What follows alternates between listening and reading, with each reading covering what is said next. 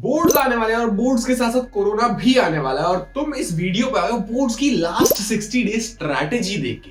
देखो, जो लोग मुझे नहीं जानते मैं बता दूं, मेरा नाम है विश्वास गिरधर और मैंने अपने बोर्ड्स में 98.4% स्कोर किए, तो मेरी बात तुम थोड़ी सी मान सकते हो, सोर्स थोड़ा क्रेडिबल है। और अगर मैं तुम्हें कहूं कि नहीं, इस वीडियो में कोई स्ट्रैटेजी नहीं होने वाली, तो तुम्हें कैसा लगेगा?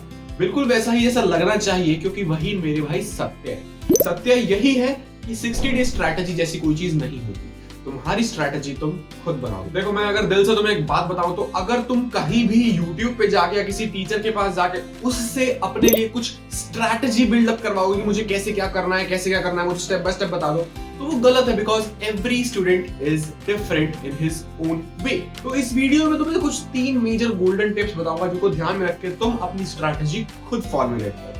स्ट्रैटेजी क्या है भाई कि बचे हुए दिनों में सिलेबस किस तरह से पूरा करना है, वीक चैप्टर्स को कैसे स्ट्रॉन्ग करना है, रिवीजन कैसे पावर पैक करनी है, फाइनल एग्जाम में हमें बेस्ट अपना अटेम्प्ट देना है। This is what strategy is. तो सबसे पहले टिप इज कि सैंपल पेपर्स करो। सब कर रहे हैं, बट सैंपल पेपर को बस एक सैंपल पेपर की तरह ही मत करो।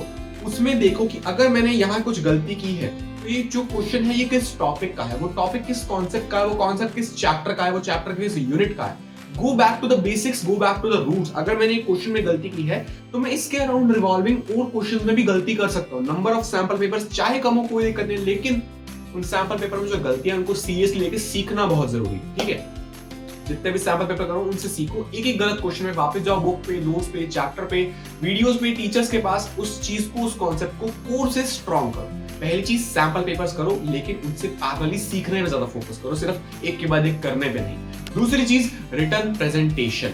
जितना हो सके राइटिंग में प्रैक्टिस करो। रोज का एक सैंपल पेपर तो एटलीस्ट रिटर्न करो। एक रोज का टाइम बना लो, टेबल चेयर पे बैठ के 3 घंटे का टाइम देके, एक दिन अकाउंट्स, एक दिन इको, एक दिन बीएसटी और हफ्ते में एक दिन इंग्लिश। ठीक है, और एक एक रिटर्न रोज का करो सैंपल पेपर, क्योंकि you need to focus on presentation. Boards जैसी चीज में तुम जितना उसको अच्छे से परोसोगे उतने नंबर मिल जाएंगे।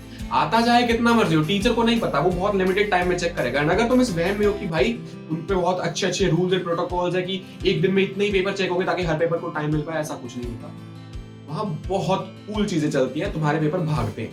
तो तुम्हारा काम है उसको फोकस करवाना कि देख देख मेरे को ये आता है, इसको मत देख, ये मेरे को नहीं आता, मैंने बकवास करी, इसको देख बस। तो प्रेजेंटेशन में फोकस करो। ठीक है, प्रेजेंटेशन जितनी प्रैक्टिस करोगे, प्रैक्टिस से सीखोगे खुद, फिर उसको जाके चेक करो कि यार मैं अगर टीचर के पास टाइम दिया तो मैं कैसे देखूंगा, मैं कैसे देखूंगा, मैं यहाँ देखूंगा, मैं नहीं देखूंगा, मैं सिर्फ यहाँ देखूंगा जो साफ सुथरा खुला खुला एरिया। तीसरी चीज है लूज क्वेश्चंस की प्रैक्टिस। हमने जब सैंपल पेपर करने की याद बना लिया ना, तो दिन का 1 रिटर्न हो गया, 2 और लोगे, ठीक है, सारे हम मिक्स क्वेश्चन हैंडल कर रहे हैं, बहुत अच्छी बात है। बट अलॉन्ग विद दैट तुम्हें लूज क्वेश्चन से टच नहीं छोड़ना। अगर मुझे सैंपल पेपर करते हुए रियलाइज होता है कि मैं एडमिशन ऑफ पार्टनर में अभी भी वीक हूं, तो मैं अपने वीक एरियाज से भागूंगा नहीं। जनरली हम ह्यूमंस की टेंडेंसी होती है जो चीज आती है उसको तो करते जाएंगे, और जो नहीं आती उसको छोड़ते जाएंगे।